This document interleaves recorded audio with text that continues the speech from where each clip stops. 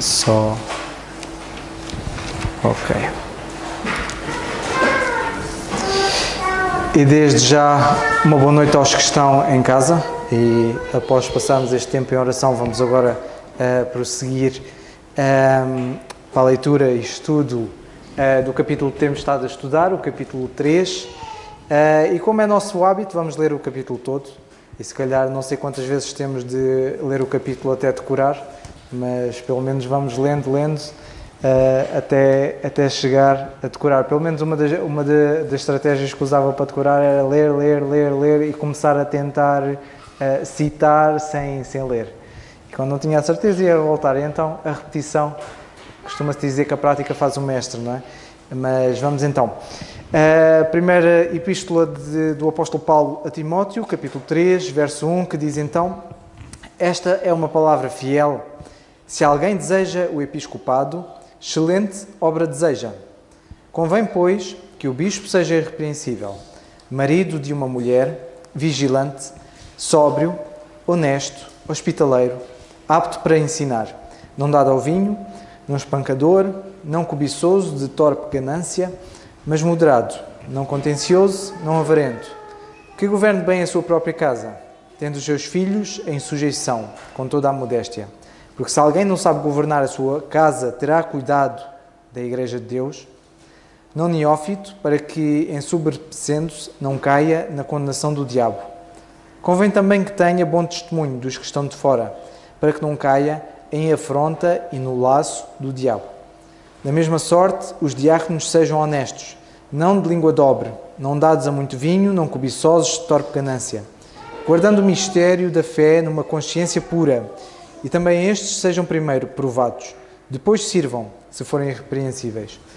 Da mesma sorte, as mulheres sejam honestas, não maldizentes, sóbrias e fiéis em tudo. Os diáconos sejam maridos de uma mulher e governem bem os seus filhos e as suas próprias casas.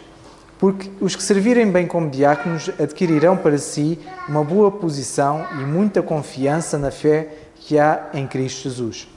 Escrevo-te estas coisas esperando ir ver-te bem depressa, mas, se tardar, para que saibas como convém andar na causa de Deus, que é a Igreja do Deus vivo, a coluna e firmeza da verdade. E, sem dúvida alguma, grande é este mistério da piedade. Aquele que se manifestou em carne, foi justificado em espírito, visto dos anjos, pregado aos gentios, querido no mundo e recebido acima na glória. Até aqui a palavra de Deus. Vamos então, e podem sentar-se, se fizerem o favor, vamos então seguir e ouvir como nosso hábito, começar por ouvir o nosso irmão Alberto, a quem desejamos, como de costume, um forte abraço, seja quem estiver aqui deste lado e aqueles que o irmão Alberto não vai ver, mas fica um forte abraço nosso. E depois, como hábito, quem quiser dar um pensamento acerca destas passagens, versos 6 e 7, ou outra, sintam-se à vontade. Vamos então. Graças a Deus por sua palavra. Louvo ao Senhor por esse momento importante de oração e estudo das Escrituras. 1 Timóteo, capítulo 3, versos 6 e 7. Não neófito, para que, ensoberbecendo-se, não caia na condenação do diabo. É necessário também que tenha bom testemunho dos que estão de fora, para que não caia em afronta e no laço do diabo. Como ter uma reputação impecável no meio de pessoas incrédulas, diante de uma sociedade hostil a qual estamos vivendo? E o laço do diabo, você sabe o que é? Cuidado, hein? São armadilhas, são pegadas que ele coloca no meio do nosso caminho para tropeçarmos, para cairmos, para sermos escândalos. E a vida do supervisor, a vida do ancião, do presbítero, dita do verso 1 até o verso 7, as qualidades, virtudes. E olha que Paulo, no verso 6 e 7, por 2 vezes, adverte e chama atenção para o nosso inimigo, o diabo, que anda em derredor buscando a quem possa tragar. 1 Pedro 5, verso 8. Se este supervisor não for coerente com a mensagem que ele carrega, se o cristão não for condizente com a fé que ele professa, ele não será levado a sério. Ele será motivo de piada e, o pior ainda, será chamado de hipócrita. Um exemplo disso nós podemos encontrar no primeiro livro da Bíblia, Gênesis, no capítulo 19. Nós vamos ver no verso 14. Ló, advertindo sobre a destruição de Sodoma, o Senhor ia julgar aquela gente, aquela cidade. Ló chama os seus genros, sua família, filhas, e ao anunciar a mensagem que o Senhor tinha para dar sobre a destruição da cidade, ele pareceu aos seus genros como quem estava zombando, segundo a tradução brasileira. Ele não foi levado a sério, dito como piada. Por que isto aconteceu com Ló?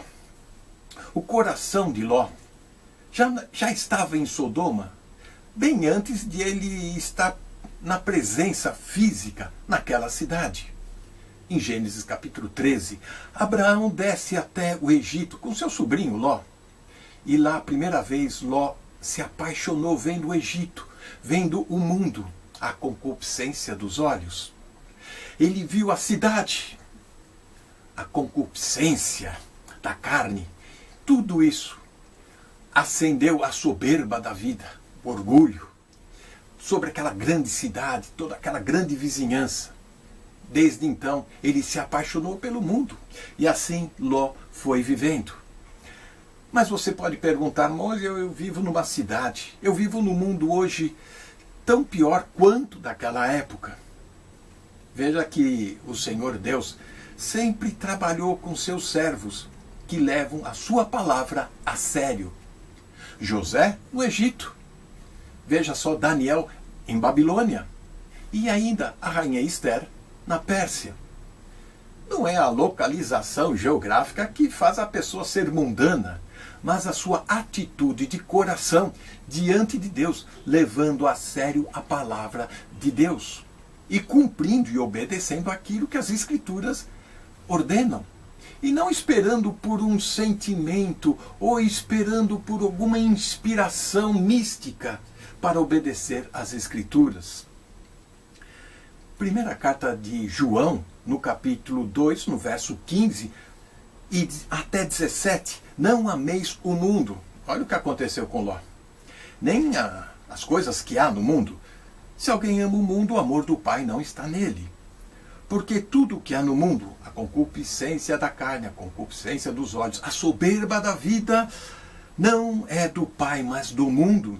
E o mundo passa assim como a sua concupiscência, mas aquele que faz a vontade de Deus permanece para sempre. Diz primeira carta de João, capítulo 2. Por causa do seu apego tão envolvente com o mundo, Ló, ele teve uma péssima influência espiritual na sua família. O seu apego, a sua paixão pelas coisas do mundo, e olha que ele ficava às portas da cidade. Ele não estava tão envolvido dentro da cidade como gostaria. Mas mesmo observando de longe, e mesmo já sentando à porta para julgar aquelas pessoas da cidade junto com outros, ele não teve influência no lar, na cidade, nem na sua vida. E o pior, a sua esposa, quando teve que ser arrastada e levada para fora da cidade antes de ser destruída, lá no verso 26 de Gênesis 19, ela olhou para trás. E este olhar é de saudade. Ela sentiu pena de sair de lá. Lucas, no capítulo 17, verso 32, lembrai-vos da mulher de Ló. E não ter este apego às coisas do mundo são futilidades. O pior de tudo, são as filhas de Ló que ele levou e elas carregaram ele para dentro de uma caverna. O embriagaram, cometeram pecados horríveis e deram à luz a filhos que se tornaram inimigos de Israel, dos hebreus. Ló, ele se conformou com este mundo. Ele ignorou o que está em Romanos capítulo 12, lá no verso 2. E não sede conformados com este mundo, mas sede transformados pela renovação do vosso entendimento, para que experimenteis qual seja a boa, agradável e perfeita vontade de Deus. Ló não observou este mandamento, esta inspiração do apóstolo Paulo. Portanto, ele serve como advertência para cada um de nós, não se apegar ao mundo, não ser amigo do mundo. Tiago, capítulo 1, lá no verso 27, guarda-se incontaminado do mundo. Era a orientação de Tiago, para você ter cuidado para não ser contaminado com as coisas do mundo. Mas como exercer então tal impacto e influência neste mundo? Filipenses capítulo 2, no verso 15. Para que sejais irrepreensíveis e sinceros, filhos de Deus inculpáveis no meio de uma geração corrompida, perversa, entre a qual resplandeceis como astros do mundo. Portanto, se o mundo controla o nosso pensar, você será conformado. Agora, se a palavra de Deus, se o Senhor controlar o seu pensar, você será transformado. Que o Senhor nos ajude e nos abençoe. Amém.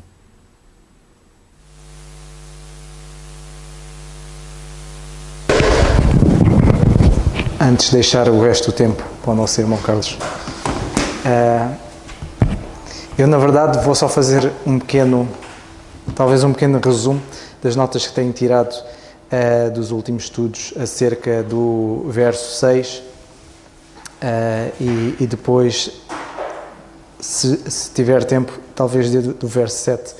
Mas do verso 6, irmãos, que nós lemos e conhecemos bem e que já temos algumas semanas tocado, em que no verso 6 nós vemos o apóstolo Paulo num dos requisitos para o bispo, pastor, ancião, ou para o ministério que é o episcopado.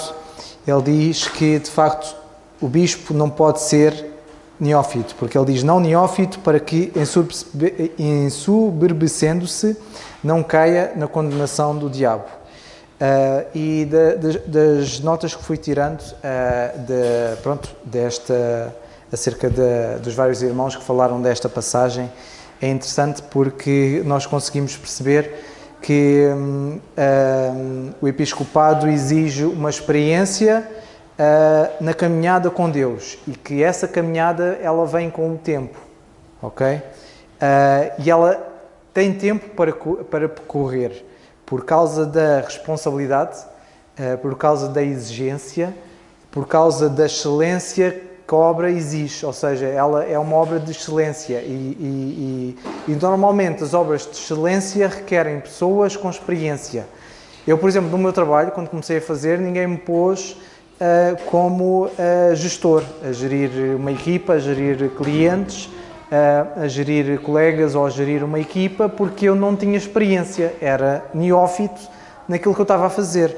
E nós conseguimos perceber como é natural nós não metermos um neófito, seja na parte laboral, e aqui o apóstolo Paulo dá, e já fala disto já há milhares de anos atrás, em comparação com o que é feito nas empresas, que a experiência ela é só adquirida com o tempo e é através de uma caminhada e neste caso a caminhada com Deus, que nós vamos adquirir, e neste caso os anciãos adquirem essa experiência. É através do estudo, do tempo de oração, da evangelização, do tempo de serviço, do tempo até de ouvir e do tempo de aprender mais acerca da palavra de Deus. Porque sabemos que os anciãos também têm de conhecer bem a palavra de Deus. Porque para serem capacitados não só para gerir toda a casa de Deus ou governarem bem, mas também para ensinarem, eles próprios já têm de ter aprendido. E o que o Paulo diz aqui é algo que, aos meus olhos, quando eu leio esta passagem, vejo que é óbvio que tem de ser assim. Porque nós sabemos que o risco de um neófito dirigir, ele diz aqui que uma das primeiras coisas, esta é uma das primeiras coisas que acontece, que é logo das mais óbvias, que é a parte do orgulho. Eu tenho algo especial para estar nesta posição, ou para fazer este trabalho, ou para fazer isto. Eu sou especial em alguma coisa. E normalmente a tendência é essa, é nós começarmos a sermos soberbos, a termos orgulhos, de acharmos que temos alguma coisa de especial para aquilo, ou para a posição que nos colocaram. E a tendência, e normalmente a queda, como nós já ouvimos, e quando ouvimos acerca do rei Uzias, a soberba procedeu a queda dele. E então esta experiência, irmãos, também ela vem e ela é adquirida também através do sofrimento, porque nós não podemos e raramente conseguimos ajudar alguém se nós, em algumas áreas, ou pelo menos não tivermos uma longa experiência ao longo da vida e temos passado por essas situações, ou conhecer alguém e saber como é que Deus cuidou desses tempos. A experiência também vem dos momentos baixos, quando passamos as dificuldades, quando estamos em baixo, quando estamos nos vales, que nós já ouvimos o nosso irmão David, por exemplo, a falar dos montes e dos vales, vem nos desertos, vem nas lutas, as dificuldades que nós vamos passando, vem nas tormentas, vem nas tribulações, e tudo isto tem um objetivo, porque a Bíblia, quando fala das tribulações, e podemos ler em Romanos, na Epístola do Apóstolo Paulo aos Romanos, uma passagem que nós conhecemos muito bem, no capítulo 5, e a partir do verso 2,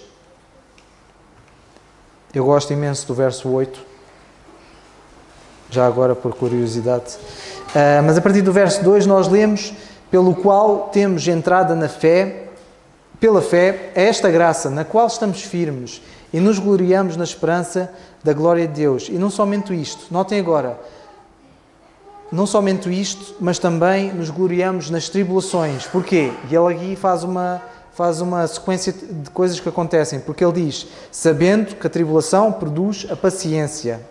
E a paciência produz a experiência. E é esta experiência que nós vemos aqui, que depois o apóstolo Paulo diz: a experiência produz a esperança, e a esperança não traz confusão, traz clareza, porquanto o amor de Deus está derramado em nossos corações pelo Espírito Santo que nos foi dado.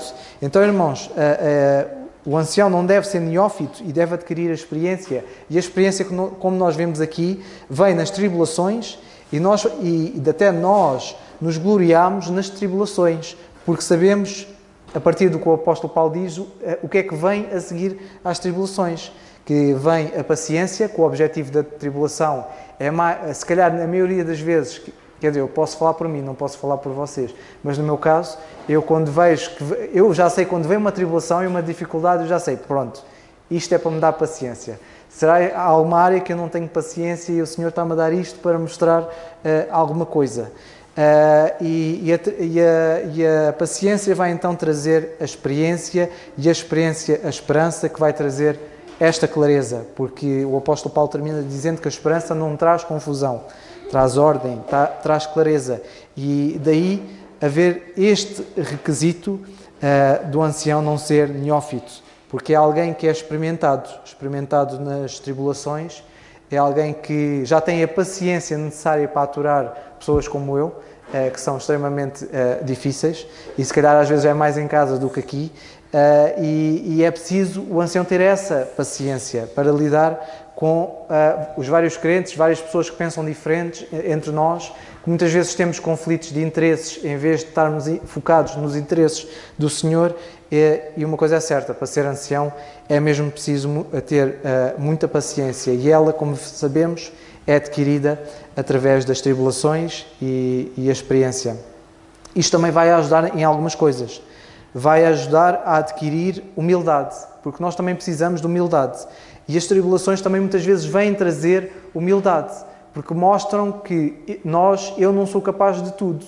Há muita coisa que eu não consigo passar. E às vezes o meu orgulho começa a subir, e as tribulações vão ajudar a puxar o ego para baixo, ou o ego a diminuir ou a desaparecer. E nós precisamos de facto ter muita humildade para lembrarmos quem é que nós somos aos pés do Senhor, e levar-nos a confiar mais em Deus, levar-nos a sermos mais maduros, com o objetivo sempre de servir, porque o episcopado, como sabemos, é um serviço, porque é uma obra, e é uma obra que exige excelência na sua execução. E então tem de haver esta maturidade, esta humildade, esta paciência, esta experiência, esta esperança, e não pode haver algum tipo de orgulho no que é que seja. Porque às vezes, irmãos, e nós vemos até na Palavra de Deus, às vezes o serviço, e às vezes pensamos que um certo serviço que nós prestamos é motivo de orgulho. Vou-vos dar um exemplo. Se calhar, se o Timóteo fosse Presidente da República, que é uma posição que exige um tipo de serviço com um cargo muito alto, porque ele vai prestar um serviço ao país, ao mostrar o país aos outros, que nós somos um país bom, atraente para investir, atraente para as pessoas virem fazer turismo, virem visitar, virem passar férias, virem trabalhar, virem fazer negócio. E o Presidente tem a posição que ele tem é um serviço que ele tem de prestar ao país, de mostrar uma boa imagem lá para fora. E às vezes nós achamos que ele, se calhar se o Timóteo fosse Presidente, se calhar vinha o orgulho. Ele agora está numa posição e está num serviço que é o mais alto de todos. Abaixo dele, acima dele não há mais ninguém, ou só há Deus. E às vezes há esta tendência de nós levarmos ao orgulho. E às vezes este tipo de serviço pode levar a pessoa a ser orgulhosa, a querer ser vista. Olha, eu é que sou o Presidente, eu sou o número 1 em Portugal. Mas o episcopado não é assim. E muitas vezes temos de ter a tendência que o episcopado na Igreja é um serviço de excelência, não é um serviço de orgulho. E não deve ser levado como motivo de orgulho, mas muito pelo contrário. O episcopado não é motivo de orgulho, mas de humildade. E não é motivo para a pessoa achar-se alguém ou acima dos outros. Muito pelo contrário. O apóstolo Paulo, que vai mostrando e mostra e tem mostrado nesta passagem e noutras, relativamente a isto, mostra que nós, e eu olhando para esta passagem e olhando acerca de não ser neófito, ao pensar em tudo isto, fez-me lembrar o que João Batista disse no Evangelho de João, no capítulo 3 e verso 30, que ele disse assim: é necessário que ele, o Senhor Jesus Cristo, cresça e que eu diminua. E então a mentalidade do bispo tem de ser sempre esta: é necessário que ele cresça e que eu diminua. Porque este serviço de excelência é um serviço de excelência porque trata de pessoas, trata essencialmente do Senhor Jesus Cristo, e é tudo acerca dele.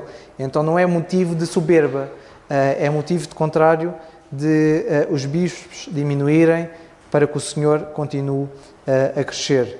E lembrarmos e haver uma lembrança constante de todos nós, e a começar, como sabemos, dos bispos, lembrando que a soberba é sempre precedente da queda.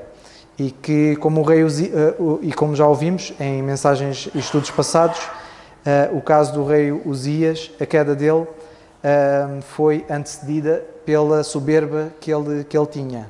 E então, de facto, irmãos, é importante o ancião não ser neófito na fé, porque por causa desta tendência de ser soberbo, e isto é uma posição que não exige orgulho, muito pelo contrário, exige humildade.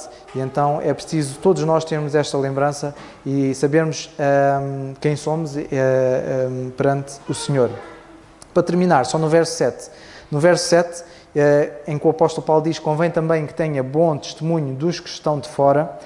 Eu já ouvi, e eu estou-me a tentar lembrar se foi na Polónia ou não, acho que foi um crente lá que dizia... é uma expressão deles que eles diziam que o bom testemunho e a verdade andam de mãos dadas. E eles dizem, é quase o contrário de um provérbio que nós temos que diz que a mentira tem perna curta. Mas eles fazem uma ligação com o testemunho, que normalmente uma pessoa testemunha, é uma pessoa sincera, honesta, ela é humilde e ela é verdadeira. É uma pessoa que vocês olham para ela, para a atitude dela, a forma como ela fala, e sabem que a pessoa é assim na igreja e é assim em casa. E o bom testemunho vem primeiramente, como nós já ouvimos o nosso irmão Alberto a falar, e muito bem, o testemunho e o bom testemunho têm de vir primeiramente de nós perante o Senhor. E a nossa relação com o Senhor, e nós pensarmos, o que eu vou fazer, o Senhor está a ver e Ele está comigo, e Ele vai-me ajudar, e eu não tenho motivo de mentir porque Deus está a ver, ou não tenho motivo de ocultar ou de fazer uma coisa errada porque eu sei que Deus está a ver e eu quero ter bom testemunho para com Ele. E se a mentalidade é esta para com o Senhor, isto vai ser visto pelos outros.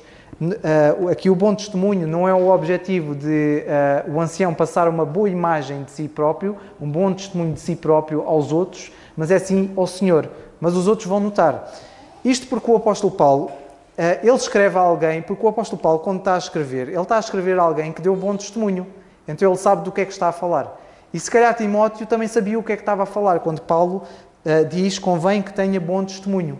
Porque o Timóteo sabia o que era ter bom testemunho. Em Atos 16, e termino aqui, Atos 16, não é o verso 31, mas é o verso 1. No verso 1, quando o apóstolo Paulo, antes de passar por aquela tribulação em Filipos, um pouco antes, na sua segunda viagem missionária, ele chegou a Derbe e Listra, e notem o que diz no verso 1, eis que estava ali um certo discípulo, por nome Timóteo, filho de uma judia que era crente, mas de pai grego. E olha o que diz agora, da qual davam bom testemunho os irmãos que estavam em Listra e em Icónio.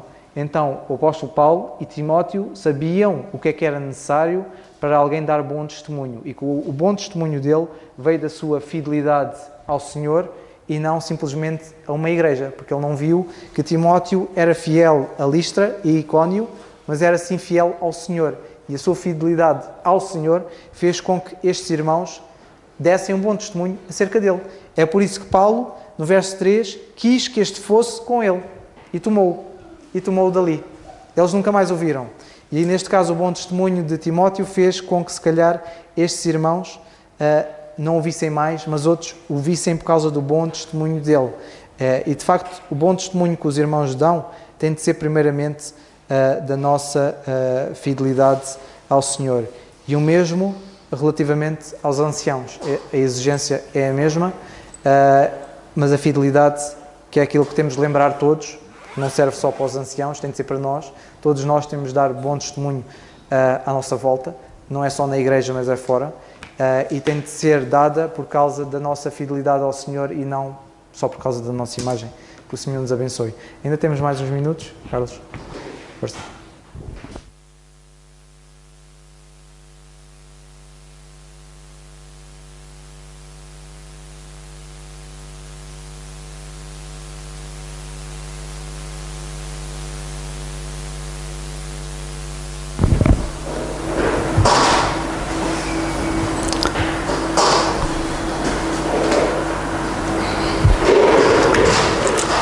Ora, irmãos, eu gostava de, aqui no capítulo 3 e no versículo 7, onde nós já estamos, eu vou ler outro que diz o versículo 7, diz, convém também que tenha bom testemunho dos que estão de fora, para que não caia em afronta e no laço do diabo. E eu, para vos falar acerca disto, quero-vos falar de um homem que eu conheci. Porque não há nada, ao estarmos a estudar a Bíblia, do que termos exemplos práticos.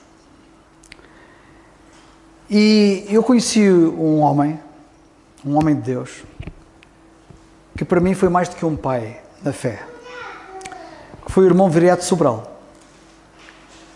Sabem que tudo aquilo que o apóstolo Paulo está aqui a dizer, assenta nele como uma luva. Os mais velhos como eu sabem quem era o irmão Viriato Sobral, Viriato Dias Sobral. E os mais novos das novas gerações nunca o conheceram, não sabem quem ele é. Mas quero-vos dizer que quando a igreja na Quinta de Conde começou na cidade da Mora, porque foi ali que a gente começou, e depois de lá viemos para a Quinta de Conde, o irmão Sobral esteve connosco na reunião inaugural. E esteve connosco mais algumas reuniões, de maneira que as primícias da igreja, os crentes que são as primícias, os primeiros frutos da igreja, aqui na Quinta de Conde, conheceram o irmão Sobral. Acerca dele, eu podia dizer que ele era irrepreensível.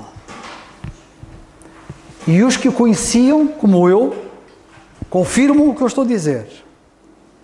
marido de uma mulher, vigilante, quantas vezes, sendo eu um jovem,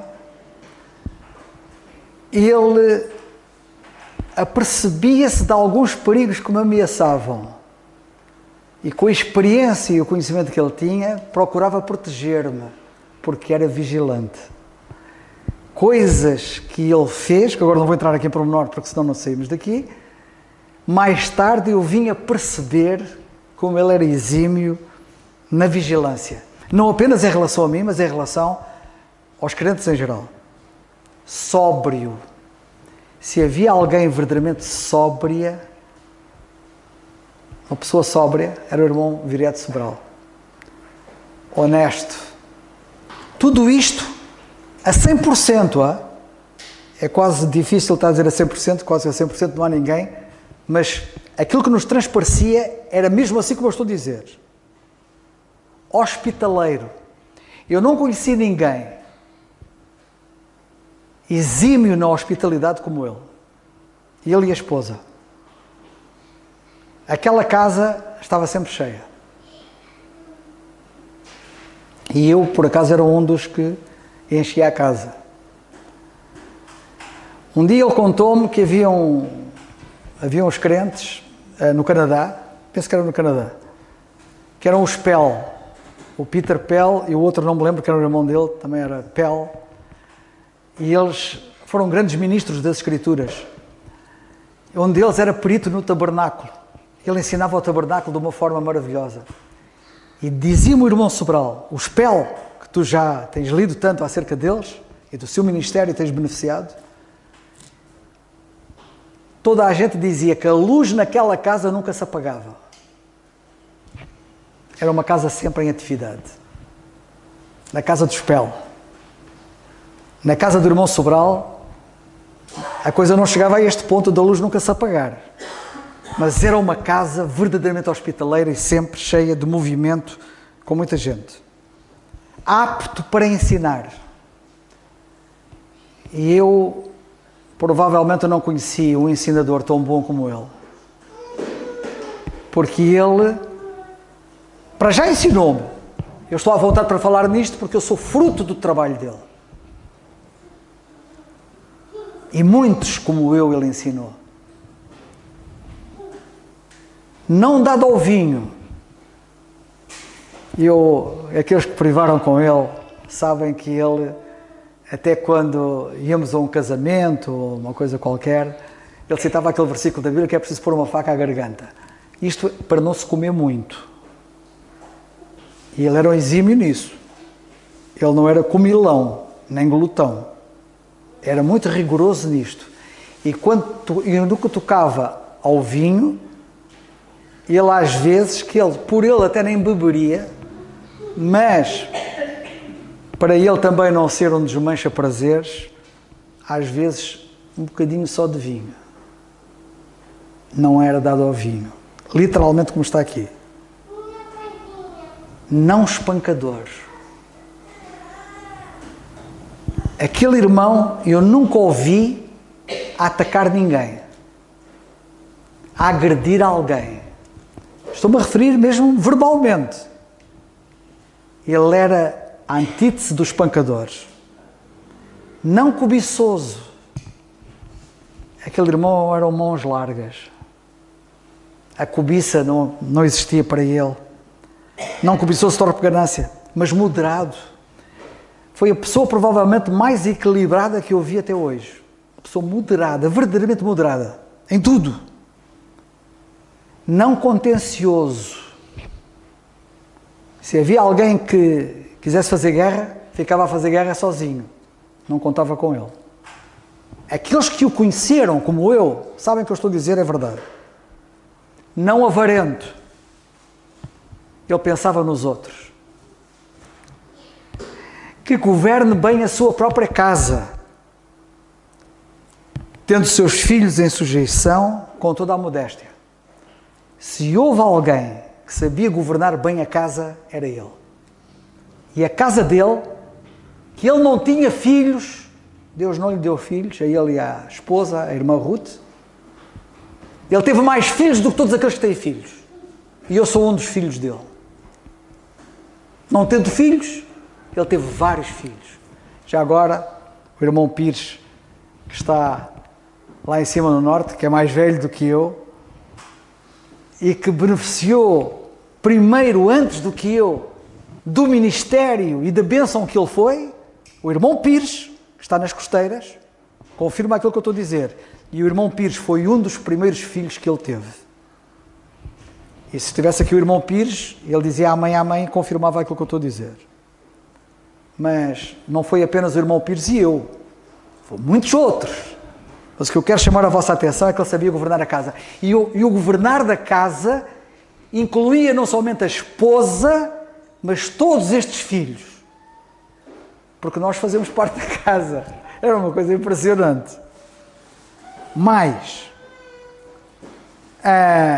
depois diz a Bíblia, não neófito, que ele não era neófito, não era um homem muito experimentado, como ouvimos ainda há pouco o Dário falar, para que, ensoberbecendo-se, não caia na condenação do diabo. E por isso é que ele era um homem humilde. Se havia alguém que era verdadeiramente humilde e manso, era o irmão Viriato Sobral. E agora tomem atenção ao versículo 7, que é onde nós nos encontramos. Convém também que tenha bom testemunho dos que estão de fora, para que não caia em afronta e no laço do diabo. E agora tomem atenção a isto. Se alguém... Eu estou a falar dele, sabem porquê? Porque ele é a ilustração viva do que é um verdadeiro bispo. E se houve alguém que foi um exemplo, nisto que temos no versículo 7, que tenha bom testemunho dos que estão de fora, era ele. E os que estão de fora são os descrentes.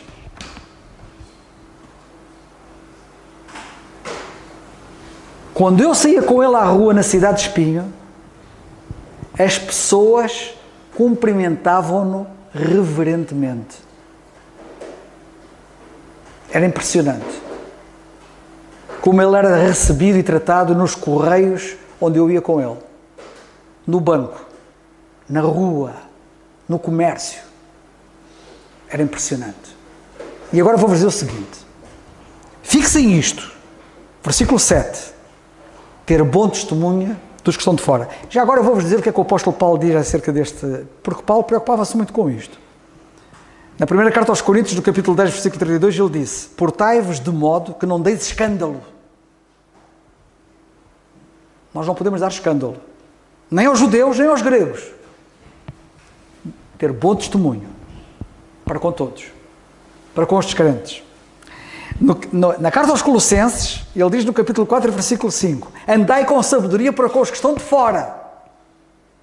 Andai em sabedoria para com os que estão de fora. Remindo o tempo. Na primeira carta aos Tessalonicenses, ele diz no capítulo 4, versículo 12: para que andeis honestamente para com os que estão de fora. E agora ouçam aquilo que eu vos vou contar acerca dele, e eu espero que vocês nunca se esqueçam.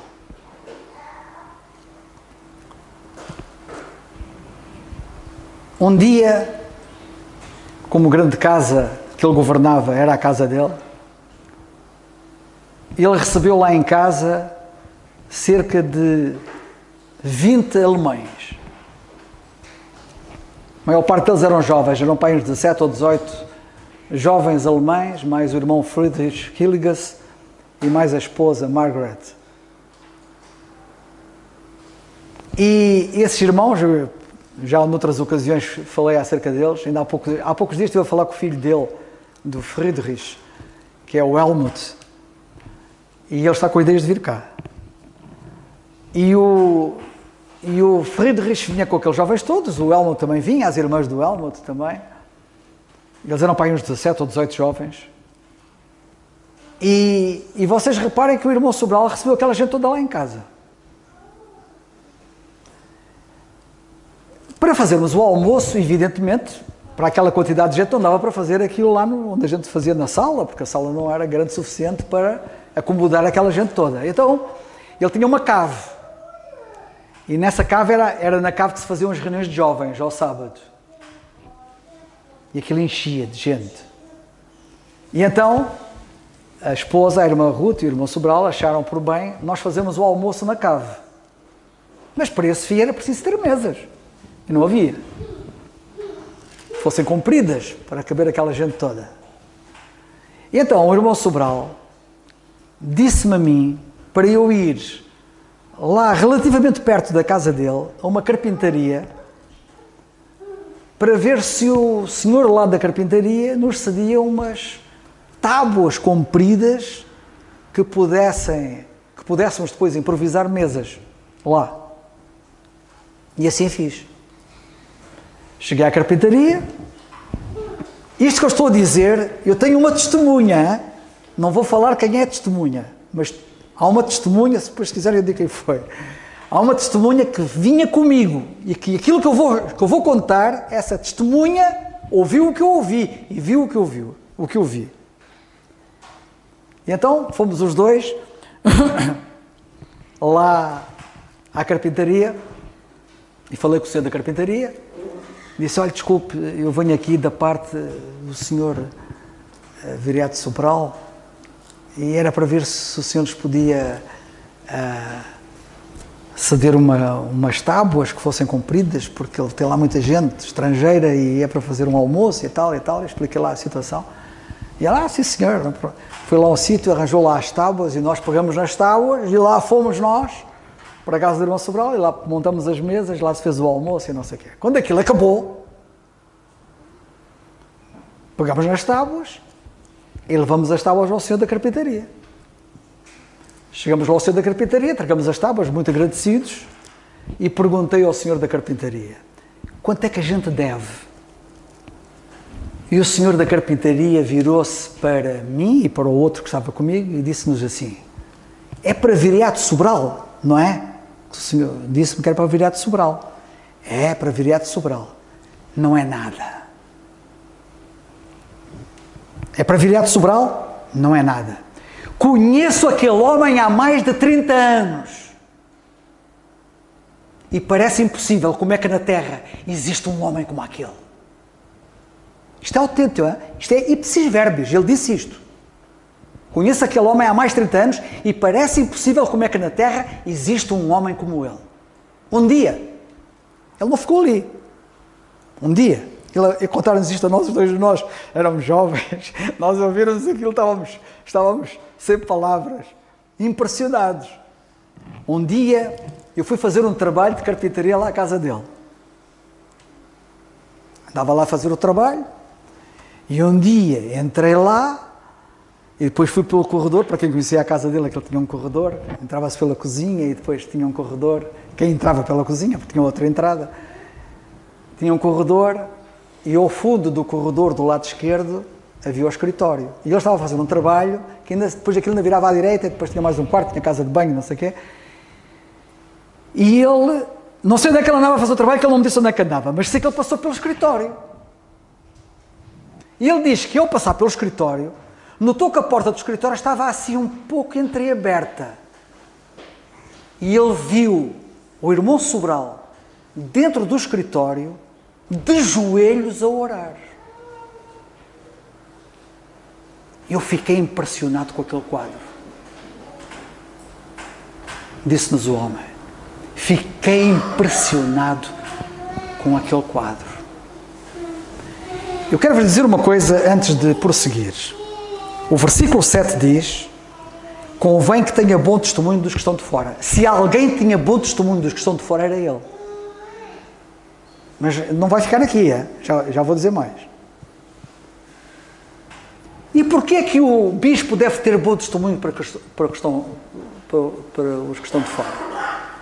Porque se o bispo, que é a autoridade máxima na igreja, não tem um bom testemunho com os que estão de fora, essa igreja, que credibilidade tem lá fora? Que credibilidade tem essa igreja lá fora? Quando ela quiser pregar o Evangelho, o que é que eles vão dizer? Se o bispo não for o que deve ser? Ou os bispos? É no plural que a Bíblia fala. Já temos visto isso. Portanto, fixem isto, que isto é muito importante para a evangelização. E reparem como é que o bom testemunho do irmão Sobral para com os que estão de fora abriu o coração daquele homem e sensibilizou-o para o Evangelho. Porque ele ficou impressionado com aquilo. Não quero me alongar demasiado, mas eu tinha que vos falar disto. Porque não há nada como um exemplo verdadeiro, real, que eu conheço. Ok? Numa outra ocasião, eu andava com alguns jovens, nós andávamos muito juntos, andávamos a evangelizar, íamos à casa deste, à casa daquele, e um dia ia muitas vezes para o Porto, de São João da Madeira, e depois no regresso vinha por Espinho, e vinha a Espinho. E depois estava lá em casa do irmão Sobral, e de lá partimos para várias reuniões que haviam durante a semana. Mas dessa vez eu vim de Espinho, vim de Gaia, tinha ido ao Porto, mas depois tinha ido a Gaia, onde havia lá uns crentes, e tínhamos lá estado em casa desses crentes, e depois vínhamos, já não sei quantos é que éramos, mas éramos para aí uns 3 ou 4, já não me lembro, e viemos à boleia, de Gaia para Espinho viemos à boleia, e apanhamos uma boleia até mais ou menos o meio do percurso, que deram-nos uma boleia até Arcozelo. Há uma terra chamada Arcozelo, quem vem de Gaia para Espinho. E a gente ficou ali, e depois dali íamos apanhar uma outra boleia para Espinho. E assim fizemos. Paramos ali e ficamos ali para apanhar uma boleia. Mas sabem como é que é? A boleia não se apanha logo, não é? Está-se ali e tal. Entretanto, estava ali uma senhora, já de uma certa idade, não era muito velha, mas também não era muito nova, com aspecto de uma pessoa com alguma pobreza, e nós evangelizamos a senhora. Falamos de Cristo à senhora. Ela estava ali. Eu não sei se ela estava à espera do autocarro ou coisa do género, porque ali havia uma paragem de autocarro naquele sítio onde a gente estava. Evangelizamos a senhora. E a senhora, depois até, porque a senhora estava com fome, e houve um de nós, que já não sei quem foi, que estava ali uma paragem de autocarro e estava ali um cafezito, uma coisa parecida, ali mesmo ali ao pé da paragem, e houve um de nós que foi lá comprar qualquer coisa para a senhora comer, para ela não ter fome. E nós a evangelizar a senhora. Quando nós estávamos a evangelizar a senhora era de Espinho, a gente não sabia, depois é que eu vinha saber que ela era de Espinho. Estávamos a evangelizar a senhora e a senhora virou-se para nós e disse assim: eu já ouvi falar acerca disso. Isso que vocês me estão a falar, eu já ouvi falar acerca disso. Ai, já? Então, e onde é que ouviu falar? Em Espinho? Então, e quem é que lhe falou? A russa. A russa? Quem é a russa? E viemos a saber que a russa era a esposa do irmão Sobral, porque ela era inglesa e tinha um ar de russa pela cor do cabelo, e então era a russa. Estão a ver este casaco que eu tenho aqui vestido? Aquilo era uma altura de inverno. Estão a ver este casaco que eu tenho aqui vestido? Foi ela que me o deu. Era um casaco de malha, muito bonito e bom. Foi ela que me o deu. E eu, toma que é para almoçar. Já viram um bom testemunho em relação à questão de fora? Sabem de uma coisa? Eu depois vim a saber, já não sei como é que eu soube, mas vim a saber, eu não soube pelo irmão Sobral, que ele não, sendo o homem que ele era, ele nunca me ia dizer uma coisa dessas, ele nunca me disse tal coisa, mas eu vim a saber que ele todos os meses dava uma importância à Câmara Municipal de Espinho para dar sopa aos pobres. Ninguém sabia, mas eu descobri. Isto é ter bom testemunho para com os que estão de fora. Irmãos, eu não vou dizer mais nada, mas eu isto tinha que dizer. Ao estudarmos a Bíblia, é muito importante termos referências, exemplos de carne e osso, de casos que aconteceram e que acontecem, que é para não pensarmos que isto aqui não é traduzível na vida prática. Isto é muito prático. E que Deus nos dê a graça de nós sermos experimentadores destas verdades. Que Deus nos abençoe.